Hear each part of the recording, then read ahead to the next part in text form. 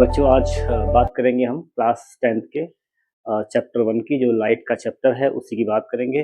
एक वीडियो इस पे ऑलरेडी आ चुका था, ठीक है, जिसमें मैंने डिस्कस किया था कि कॉनकेव मिरर के बारे में, कॉनकेव मिरर कॉन्वेक्स मिरर के प्रिंसिपल फोकस क्या होते हैं, ठीक है। और इसके अलावा उसमें जो रूल्स होते हैं वो बताए गए हैं, रिफ्लेक्शन बताए गए हैं, मिरर्स के बीच में एंगल कैसे होता है वो बताया गया। तो सब चीज़ें हैं, एक बार आप पुराने वीडियो को देख लेना, ठीक है। उसके बाद आपको ये वीडियो जो है थोड़ी बेटर समझ में आएगी।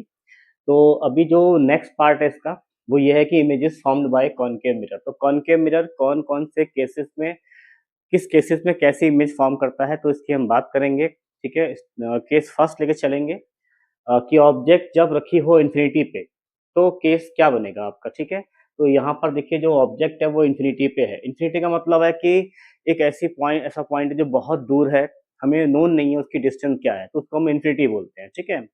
तो मिरर के सामने एक बहुत दूर से कोई ऑब्जेक्ट है, वहां से रेज आ रही हैं, तो आप ये मान के चलेंगे कि जो भी रेस इन्फिनिटी से आएंगी दे विल कम पैरेलल, ठीक है बच्चों। तो पैरेलल रेज आ रही हैं, दो रेस दिखाई हैं हमने, और भी रेस दिखा सकते हैं आप। तो जब ये पैरेलल रेज आएंगी तो then after reflection from the mirror they will meet at the focus, ठीक है। जो भी कोई भी देखिए इमेज जो है, अगर कोई रे है, अगर वो प्रिंसिपल एक्सिस के पैरेलल आती है, ठीक है, then after reflection it meet at the focus, ठीक है। ऐसे यहाँ पर भी यहाँ मिलेगी, आके फोकस पे मिलेगी। तो ये मिरर हो गया आपका, कॉनकेव मिरर है, पीछे पॉलिश हो गई, ये पोल हो गया आपका, ये फोकस हो गया, और फोकस पे इमेज बनती है, ठीक है। इस केस में इमेज का जो नेचर है उसको बोलते हैं real inverted and point size image, ठीक है। Real real inverted and point size image. अभी यहाँ पर इमेज ये बहुत ही छोटी साइज की है, तो आपको लग नहीं रहा है कि वो इन्वर्टेड है या नहीं है, पर वो इन्वर्टेड होती है क्योंकि पॉइंट साइज है। तो इन्वर्टेड उसको ऑब्जर्व करना यहाँ पे बहुत डिफिकल्ट होता है, ठीक है, पर नेचर इसका यही कहलाएगा।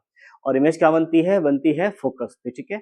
जब भी कोई ऑब्जेक्ट रखी हुई है अगर इन्फिनिटी पे, तो उसकी इमेज हमेशा कहाँ बनेगी, फोकस पे बनती है आपकी, ठीक है।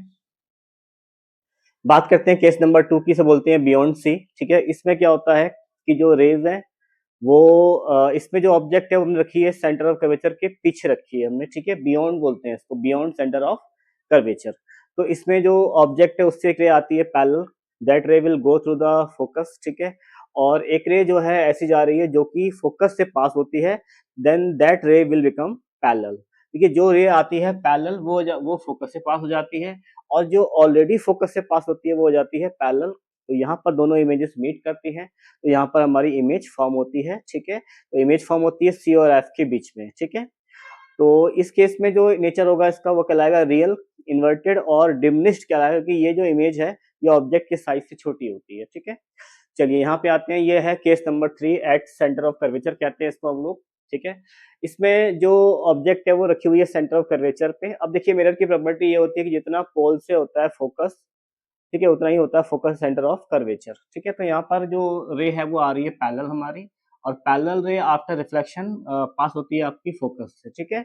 और एक रे दूसरी दिखाई है हमने, वो दिखाई है कि रे जा रही है आपकी फोकस से, so after reflection it becomes parallel. तो दोनों रेस आफ्टर रिफ्लेक्शन यहाँ पे आकर मीट होती हैं, ठीक है। तो इसलिए यहाँ पर जो है हमारी इमेज फॉर्म होगी। एरो भी दिखा सकते हैं आप, ठीक है, एरो बहुत जरूरी होता है डायग्राम में रिप्रेजेंट करना। तो यहाँ पर जो इमेज बन रही है वो उसी साइज की है जिस साइज की ऑब्जेक्ट है। तो यहाँ लिखा है nature real inverted equal in size and formed at the centre of curvature, ठीक है। यहाँ आते हैं, ये से बोलते हैं केस नंबर 4। इसमें जो रखी हुई है हमारी ऑब्जेक्ट वो सी और एफ के बीच में रखी हुई है, ठीक है बच्चों। तो सी और एफ के बीच में क्या होगा कि जो ऑब्जेक्ट का साइज है उसके कंपेरिजन में इमेज थोड़ी बड़ी बनती है। तो एक रे जाती है पैरेलल, तो after reflection that pass to the focus, और एक जाती है फोकस से, तो वो हो जाती है आपकी पैरेलल। तो यहाँ पर बनती है आपकी इमेज, और इसका साइज आपको दिख रहा होगा कि ज्यादा है ऑब्जेक्ट के साइज से, ठीक है। तो ऐसे केस में जो नेचर होता है उससे कहते हैं real inverted larger than the object, क्योंकि ऑब्जेक्ट से बड़ी है साइज में, ठीक है। लोकेशन क्या है इसकी, लोकेशन इसकी है बियॉन्ड सेंटर ऑफ कर्वेचर, ठीक है। लोकेशन याद रखेंगे आप, और नेचर याद रखेंगे, क्योंकि नेचर और लोकेशन अक्सर क्वेश्चन में पूछी जाती है, ठीक। आते हैं केस नंबर 5 में। यहाँ रखी हुई है ऑब्जेक्ट फोकस पे आपकी, तो एक रे जाती है पैरेलल, तो वो आपकी जो है पास होती है फोकस से, और एक रे जो है वो फोकस से इस तरीके से जाती है कि आफ्टर रिफ्लेक्शन वो उसी पॉइंट पर मीट होती है, ठीक है। जैसे देखिए ये रह गई आपकी पैरेलल और ये चली गई फोकस से। अब रे एक रे दिखाई है हमने कि वो जब यहाँ से इस ऑब्जेक्ट से ऊपर जाती है तो रिफ्लेक्ट होकर सेंटर ऑफ कर्वेचर से पास होती है। देखिए कोई भी रे अगर ऐसे जा रही है कि वो सी से पास हो रही है, अगर मान लीजिए, तो वो उसी पॉइंट पर रिट्रेस करती है अपने पाथ को, ठीक है। तो यहाँ पर दोनों रेस हो जाती हैं आपकी पैरेलल, और इमेज बनती है आपकी रियल इन्वर्टेड और हाईली मैग्नीफाइड, ठीक है। इसको बोलते हैं रियल इन्वर्टेड हाईली मैग्नीफाइड, ठीक है। ये इस केस में जो आपकी इमेज है वो बन रही है इन्फिनिटी पर। देखिए ये पॉइंट बहुत दूर है, ठीक है। तो हमें नहीं पता कि लोकेशन ये कहाँ बनेगी, बट एक ऐसी डिस्टेंस जो हमें पता नहीं, तो इसको हम इन्फिनिटी कहते हैं, ठीक है। और नेचर इसका रियल इन्वर्टेड हाईली मैग्नीफाइड कहलाएगा, ठीक है। यहाँ आते हैं, यहाँ पे है बिटवीन फोकस एंड पोल। तो इसमें जो बिटवीन फोकस एंड पोल है, इसमें क्या होता है कि जो हमारी इमेज है, जो ऑब्जेक्ट है वो रखी हुई है फोकस और पोल के बीच में, ठीक है। एक रह जाती है पैरेलल, और ये आफ्टर रिफ्लेक्शन पास होती है फोकस से, और एक रह जाती है आपकी सीधा यहाँ से वर्टिकली अपवर्ड जाती है, थोड़ा सा एंगल पे जाती है, मतलब, ठीक है, इस तरीके से जाती है। लेकिन ये फिर रिफ्लेक्ट होकर वापस इस पॉइंट से चली जाती है, ठीक है। यानी सेंटर ऑफ कर्वेचर पे जाने वाली रे उसी पाथ को रिट्रेस करती है, ठीक है। क्यों करती है बताया था मैंने आपको, जब मैंने आपको रूल बताया था कि रीजन क्या है रिट्रेस करने का, क्योंकि यहाँ पर एंगल 90 बनता है सेंटर से सरफेस का एंगल जो बनता है सरफेस पर, ठीक है। अब देखिए दोनों रेस को, अब देखिए यहाँ पे क्या हो रहा है कि रेस में गैप बढ़ रहा है, ठीक है। जब रेस में गैप बढ़ रहा है ना, तो ये कहीं मीट नहीं करने वाली यहाँ पे। तो हम जब हम यहाँ से देखते हैं ये रेस कहाँ से आ रही है, तो हमारा जो ब्रेन है वो इनको बैक ट्रैक करता है, ठीक है। तो इसको बैक ट्रैक करता है तो वो यहाँ पहुंचता है, और इसको करता है बैक ट्रैक तो वो यहाँ पहुंचता है। तो जहां पर हमारा ब्रेन इन रेस को बैक ट्रैक कराकर ले जाता है, तो लास्ट में जाकर यहाँ पर लगता है कि हमें इमेज कहीं ना कहीं फॉर्म हो रही है। तो इसलिए इमेज यहाँ पर मिरर के पीछे बनती है, ठीक है। तो इसको बोलते हैं वर्चुअल इरेक्ट, और एनलार्ज बोलते हैं। वर्चुअल क्योंकि ये मिरर के पीछे बन रही तो वर्चुअल कहलाती है। एनलार्ज क्योंकि ये, सॉरी, इरेक्ट का मतलब है कि ये सीधी इमेज है, ऊपर बन रही है एक्सिस की, ठीक है। और एनलार्ज का मतलब है कि ये मैग्नीफाइड इमेज है, हाईली नहीं है, केवल मैग्नीफाइड है, ऑब्जेक्ट से काफी बड़ी है, ठीक है। ये वाला केस जो है बहुत ज्यादा इंपॉर्टेंट है, इसको बहुत बार पूछा जाता है एग्जाम में, ठीक है। ये एक ऐसा केस है कॉनकेव मिरर में जहां पर इमेज वर्चुअली बनती है, ठीक है, और बड़े साइज की बनती है। तो ये एक अकेला केस ऐसा है। तो बाकी देखिए शुरू के 5 केस में इमेज रियल बन रही है, बट इसमें बनती है केवल वर्चुअल। तो ये केस बहुत एग्जाम में पूछा जाता है, ठीक है। नेचर इसका यहाँ लिखा हुआ है, virtual erect enlarge and formed behind the mirror, ठीक है। तो इन केसेस को आप एक बार नोट कर लीजिए, बहुत इंपॉर्टेंट है। आगे हम लोग फिर इससे करने वाले न्यूमेरिकल वगैरह, इसके फॉर्मूले डिस्कस करेंगे, तो वहां पर ये बहुत काम आने वाले हैं।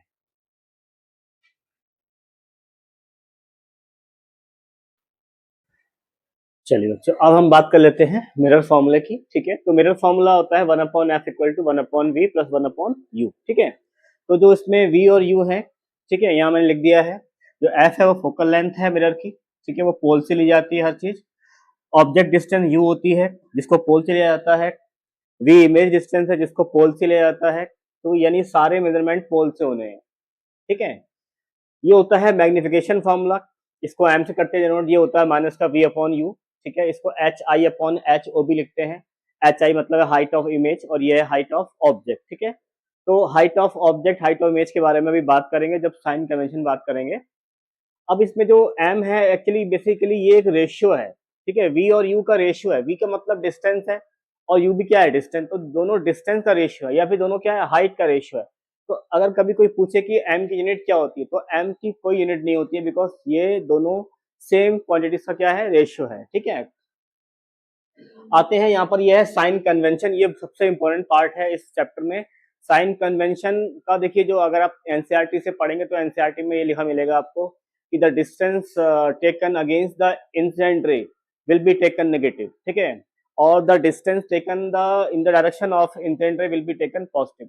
तो एक तरीका ये है, साइंटिफिक तरीका है ये, ठीक है। लेकिन एक बहुत तरीका आसान है जिससे कि आप एक ही वर्ड में शायद समझ जाएंगे बात को, जो जो लिखा गया एनसीईआरटी में। उसका तरीका एक और समझने का ये है कि आप सीधा ये समझिए कि distance from the pole of the mirror in the left side will be taken negative. यानी कि कोई भी डिस्टेंस जो मिरर के पोल से आप लेफ्ट साइड लेते हैं वो नेगेटिव होती है।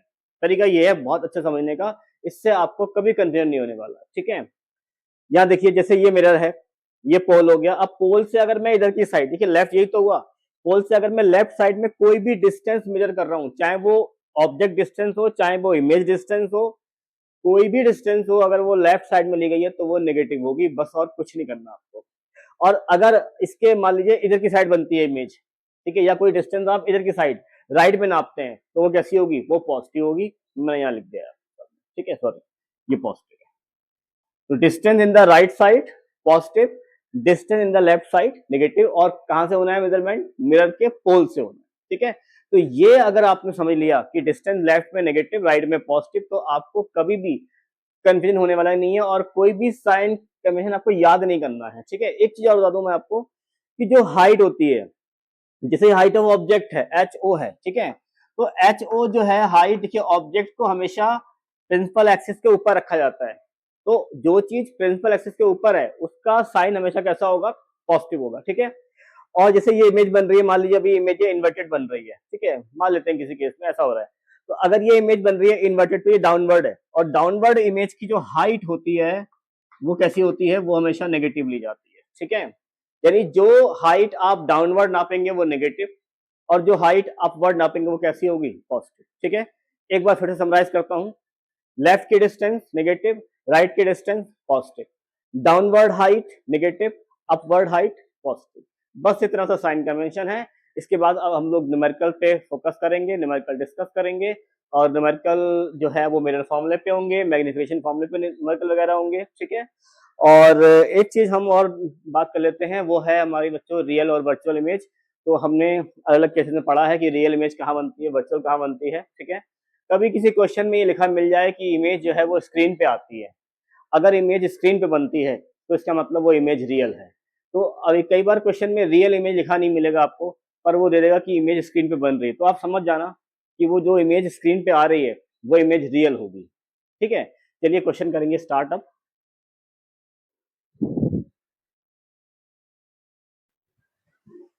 चलो देखिए बच्चों, ये क्वेश्चन है, an object of height 4 centimetre placed at 15 centimeter in front of concave mirror of focal length 10 centimeter, find the image distance and the size of image, ठीक है।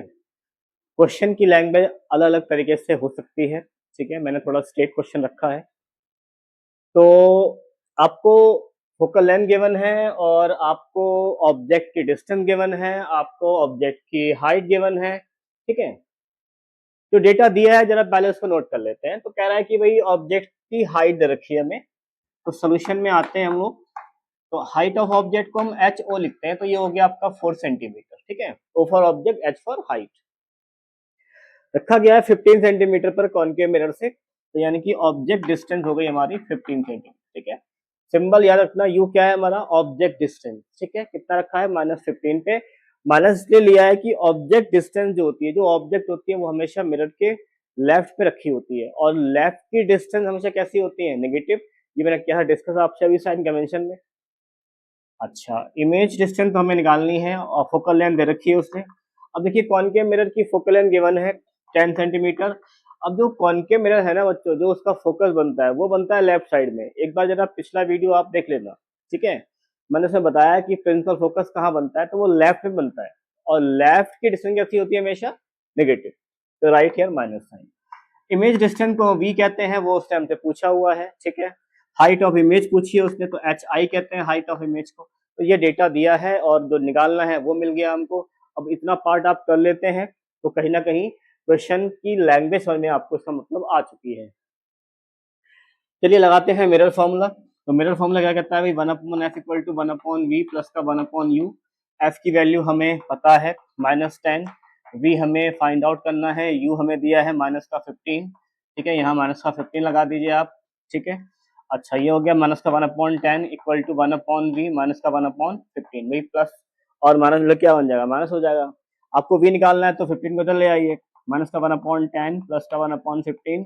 जब भी आप लेफ्ट राइट शिफ्ट करेंगे तो साइन हमेशा क्या होते हैं, बदल जाते हैं, ठीक है। इक्वल टू 1/v, यहाँ से आप इसका लेंगे एलसीएम, तो 15 और 10 का एलसीएम कितना हो जाएगा भैया आपका, 30 हो जाएगा, लीस्ट कॉमन फैक्टर, ठीक है। तो 10 से इसे डिवाइड करेंगे तो -3 हो जाएगा, प्लस का 15 टू जा 30, यहाँ क्या आ गया 1/v। तो यहाँ से आप जो है v निकाल सकते हैं, ठीक है। तो जहाँ से आपका v कितना आ जाएगा, तो v यहाँ से देखिए आपका आ जाएगा 1/v कर लेते हैं पहले जरा एक बार, तो ये रहेगा -1/30, ठीक है। तो यहाँ से आपका v कितना हो गया, -30 सेंटीमीटर। ठीक है, ये आपकी आ गई इमेज डिस्टेंस। अब नेगेटिव आ रही है इमेज, तो मतलब ये है कि इमेज कैसी है, रियल है। देखो वी नेगेटिव होने मतलब है कि इमेज कहाँ बन रही है, लेफ्ट में है, और जो भी इमेज बनेगी लेफ्ट साइड में that is always real image. ठीक है, चलो अब निकालते हैं साइज ऑफ इमेज। जरा आ जाइए मिरर के फॉर्मूले में, सॉरी मैग्निफिकेशन के फॉर्मूले में।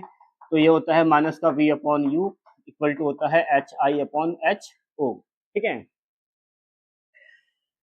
एक बार देख लेना, मैंने पिछले वाले में शायद माइनस साइन नहीं लगाया है। ठीक है, एक बार चेक कर लेना इसको आप, यहाँ माइनस साइन रहता है। ठीक, अच्छा देखिए अब यहाँ पे आपका जो जो v है उसकी वैल्यू लगा दीजिए आप, कितनी है, -30। तो एक तो फॉर्मूले में माइनस साइन है ही हमारे पास, ठीक है, और v नेगेटिव ऑलरेडी है, तो वो जो फॉर्मूले में साइन है वो तो आपका रहेगा ही रहेगा। ठीक है, u हमारा कितना दिया है हमको, u दिया है हमको -15, यहाँ लगा दिया आपने। एच आई हमें कैलकुलेट करना है, एच ओ हमें दिया हुआ है 4 सेंटीमीटर। ठीक है, यहाँ पे आप लगा देंगे 4। इसे आप जरा सॉल्व कर लेंगे, तो यहाँ से 15 टू 30 हो जाएगा, और माइनस से माइनस देखो ये वाला कैंसिल आउट, एक माइनस आपका बचेगा। तो 15 टू 30, यहाँ पे आया 2, 2 4 जा 8, तो एच आई आपके पास आ गया माइनस का 8 सेंटीमीटर। और आप देख सकते हो बच्चों कि ये देखो ऑब्जेक्ट कितनी हाइट थी आपकी, 4 थी, और इमेज कितनी बन रही है, -8 साइज की बन रही है। मतलब कि इमेज जो है वो, अगर हम देखें इसका जो मैग्नीट्यूड देखें तो वो कितना बड़ा है, 8 है, यानी कि हाईली मैग्नीफाइड आप इसको कह सकते हैं कि यानी मैग्नीफाइड इमेज जो है कहीं ना कहीं फॉर्म हो रही है। ठीक है, तो मैग्नीफाइड इमेज हो गई आपकी। ठीक है, और बाकी जो भी चीजें थी सब हमने निकाल दी हैं। तो बहुत ही आसान होते हैं क्वेश्चन इसके। बस एक चीज वही है कि शायद मिस्टेक कहीं आप साइन कन्वेंशन में ना कर दें, एलसीएम में कहीं मिस्टेक ना कर दें, तो अदरवाइज तो कुछ कोई दिक्कत इसमें आपको आएगी नहीं।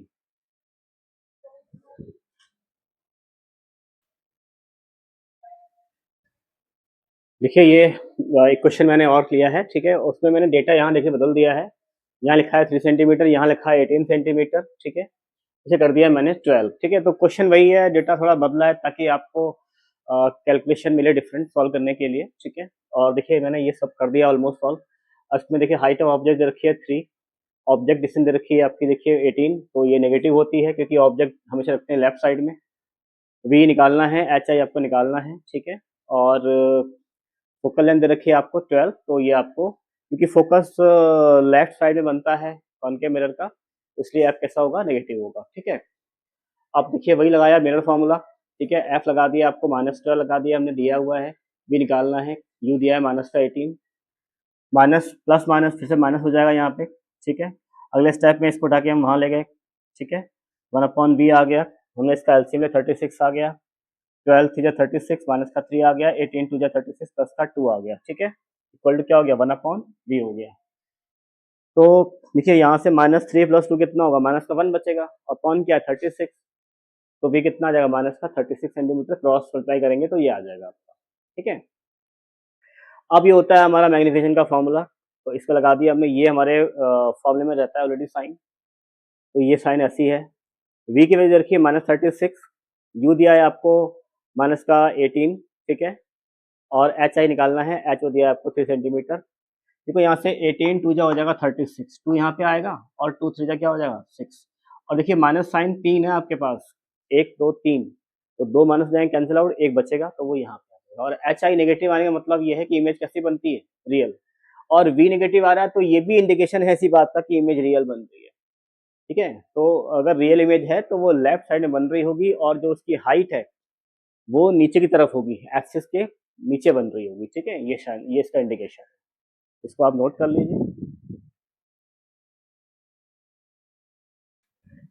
देखिए तो ये हमारा नेक्स्ट क्वेश्चन है, कैन आई ड्रॉ द रे diagram and calculate the focal length and nature of mirror which forms 1/3 times magnified virtual image of an object placed 18 centimetre in front of it। तो mirror है एक, उसके सामने एक object है, उसकी image बन रही है 1/3 टाइम्स, यानी कि मैग्निफिकेशन दिया है कहीं ना कहीं हमको।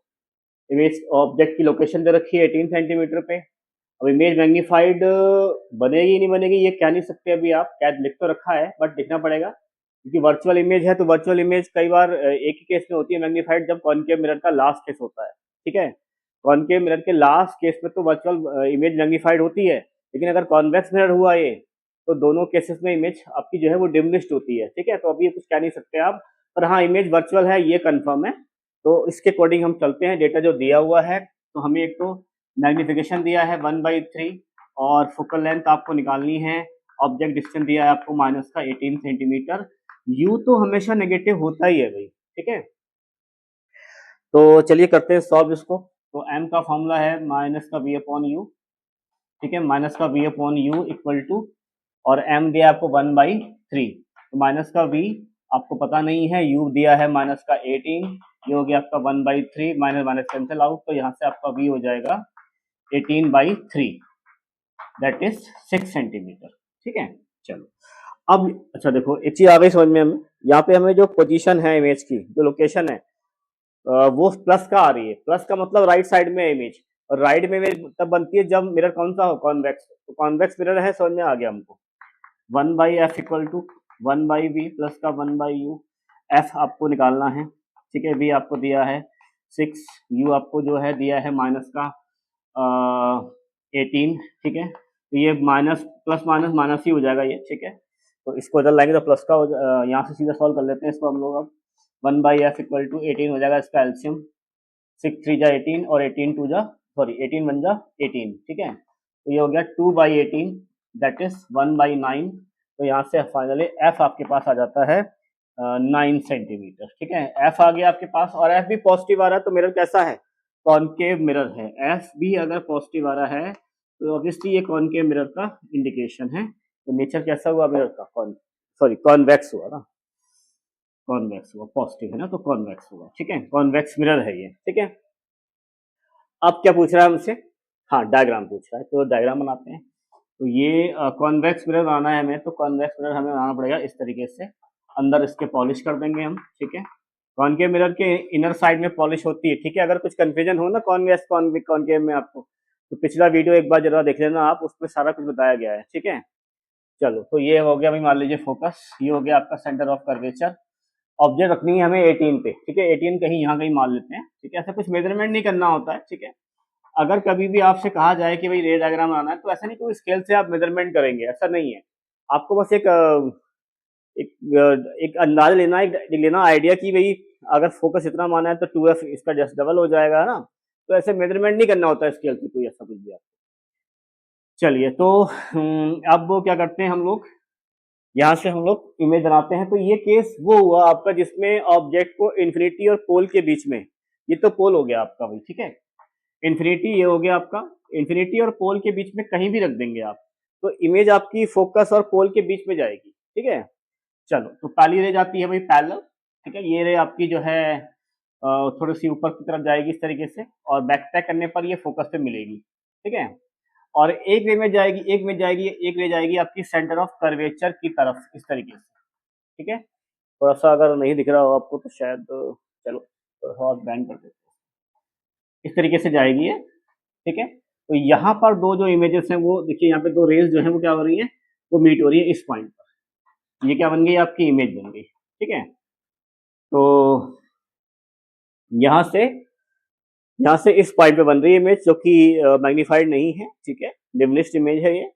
और इसका नेचर आप चाहें तो लिख सकते हैं वर्चुअल, ठीक है। नेचर क्या हो जाएगा इसका, वर्चुअल, इरेक्ट, ठीक है, और डिमिनिश्ड, ये इसका नेचर है। अगर पूछता है, इमेज का नेचर पूछा नहीं है उसने, ऑब्जेक्ट उसने पूछा है कि मिरर का नेचर क्या होगा, ठीक है। तो ये आपका डायग्राम बन गया, बहुत इजी है, कोई दिक्कत नहीं आई होगी आपको इसमें, ठीक है। बहुत बच्चों मजे से क्वेश्चन होते हैं इसके लाइट चैप्टर के न्यूमेरिकल, आगे जो लेंस पढ़ेंगे वहां पर भी ऐसे होगा। कॉन्सेप्ट सब यही है, साइन कन्वेंशन यही है जो यहाँ पर पढ़ रहे हैं आप, ठीक है। चलिए इसको नोट कर लीजिए आप।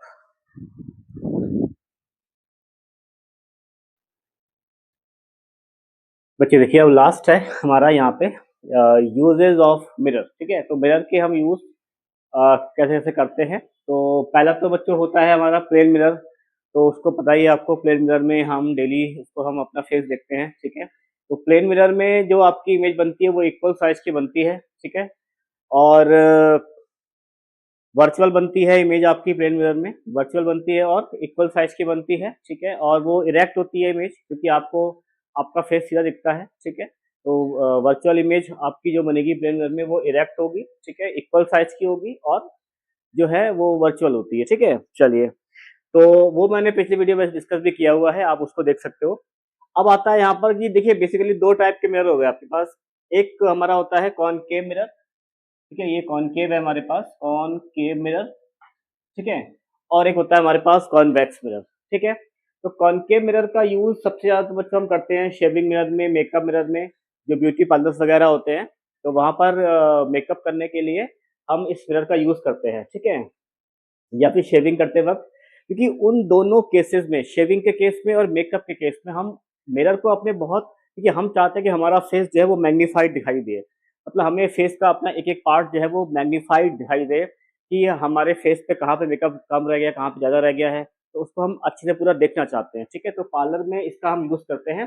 तो अब उसमें क्या होता है, मिरर हमने यहाँ रखा और अपने फेस को हम फोकस पे लाने की कोशिश करते हैं, मतलब फोकस और मतलब बहुत पास जितना रखेंगे आप मिरर के, तो आपको इमेज जो है वो आपको जो इमेज है वो बड़ी दिखाई देगी, यानी आपको अपने फेस का हर पार्ट बहुत बिगर दिखाई देगा, ठीक है। थोड़ा दूर कर देंगे आप मिरर को तो फेस आपका छोटा हो जाएगा। तो कॉनकेव मिरर में पता ही है आपको कि कॉनकेव मिरर में अगर हम ऑब्जेक्ट को पोल और फोकस के बीच में रखते हैं, तो हमारी जो इमेज होती है वो बहुत बड़ी मैग्नीफाइड इमेज बनती है, सीधी इमेज बनती है और मैग्नीफाइड होती है। कॉनकेव मिरर में एक ही केस है जिसमें इरेक्ट इमेज बनती है, और वो कॉनकेव मिरर का आपका बच्चों लास्ट केस है, तो उसको हम यूज करते हैं as a magnified image of an object, ठीक है। अच्छा, हेडलाइट्स और फ्लैश लाइट, तो हेडलाइट्स वगैरह में जो टॉर्चेस होती है, जो कार होती है, उनके जो हेडलाइट्स होते हैं, उनमें जो बल्ब होता है, बल्ब को हम फोकस पे रख देते हैं। देखो अभी तो ये अलग केस है, यहाँ पे मैंने आपको ये वाला केस दिखाया है सोलर कुकर वाला। नॉर्मली हम यहाँ रखते हैं, जैसे जो टॉर्च वगैरह होती है, तो उसके सेंटर पे हम जो है एक छोटे से बल्ब को प्लेस कर देते हैं, और उसके आसपास जो है कॉनकेव मिरर लगा होता है। तो बल्ब से लाइट निकलती है और ऐसे पड़ के रिफ्लेक्ट होकर पैरेलल हो जाती है, तो हमें बहुत दूर से वो लाइट जो है दिखाई देती है, कि हमारी जो लाइट की यानी जो जो बीम है यानी लाइट का, वो बहुत दूर तक जाता है। तो फोकस पे रख देने से पैरेलल हो जाती है लाइट, ठीक है। देखो भाई, अगर ऑब्जेक्ट इन्फिनिटी पे है तो इमेज आती है फोकस पे, अगर ऑब्जेक्ट है फोकस तो इमेज जाती है आपकी इन्फिनिटी पर, ठीक है। तो उसका यूज करते हैं। फिर लिखा है इसमें फ्लैश, सॉरी, ये एस्ट्रोनॉमिकल टेलीस्कोप। तो ये एक्चुअली बेसिकली क्लास 12 में पढ़ेंगे आप, दो तरह के होते हैं, एक होता है रिफ्लेक्टिंग, होता है रिफ्रैक्टिंग। तो रिफ्लेक्टिंग वाले में हम मिरर यूज करते हैं, ठीक है। सोलर कुकर में यही केस है, यहाँ पे रेस देखिए पैरेलल आ रही हैं, तो पैरेलल रेस जब आती हैं तो जहाँ देखिए सोलर कुकर में हम बेसिकली क्या यूज करते हैं, हमें कोई चीज कुक करनी है, ठीक है, तो कोई बर्तन वगैरह यूटेंसिल वगैरह होगा हमारे पास, तो उसको रखते हैं यहाँ फोकस पे। तो जो सोलर कुकर होता है वो डिश एंटीना जैसा होता है, ठीक है, मतलब पैराबोलिक शेप में होता है। तो उसके सेंटर पे यहाँ पे हमने रख दिया यूटेंसिल, और ऊपर से पैरेलल रेज आती है, वो रिफ्लेक्ट होकर एक पॉइंट पे फोकस होती है, यहीं पे वो यूटेंसिल रखा होता है। तो लगातार जब वो रेस गिरती हैं, तो क्या होता है, वो जो जिसमें जो हमने रखा है सामान बनने के लिए, कुक होने के लिए, उस पे लगातार जब रेस गिरती हैं तो वो चीज गर्म हो जाती है, ठीक है। तो इस तरीके से हम वो चीज कुक कर लेते हैं। तो सोलर कुकर में हम इसका यूज करते हैं, ठीक है। तो इनको आप नोट कर लीजिए। अभी बात करेंगे हम कॉन्वेक्स मिरर की। अब देखिए कॉन्वेक्स मिरर में हम यूज करते हैं इसका व्हीकल साइड मिरर में, ये बहुत ज्यादा यूज होता है बाइक्स में, स्कूटी के जो साइड मिरर में होता है, कार के जो साइड मिरर में होता है, उसमें सब में आप यही वाला मिरर यूज करते हैं, ठीक है। तो इसमें जो केस है, देखो एक्चुअली कॉन्वेक्स मिरर में दो केस आते हैं। एक केस तो आपका होता है, देखो एक केस होता है जिसमें ऑब्जेक्ट रखी होती है आपकी इन्फिनिटी पर, इमेज बनती है फोकस पे, तो ये वो केस नहीं है।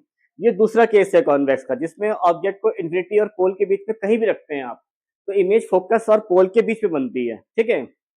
जैसे मान लीजिए, जब आप स्कूटी चला रहे हैं, कार चला रहे हैं, तो होता क्या है कि आपके जो पीछे से जो भी ऑब्जेक्ट आ रही है, कोई बाइक वाला आ रहा है, कोई कार वाला आ रहा है, कोई एनिमल आ रहा है, कोई भी आ रहा है, तो आपको सामने मिरर में वो दिख जाता है, ठीक है।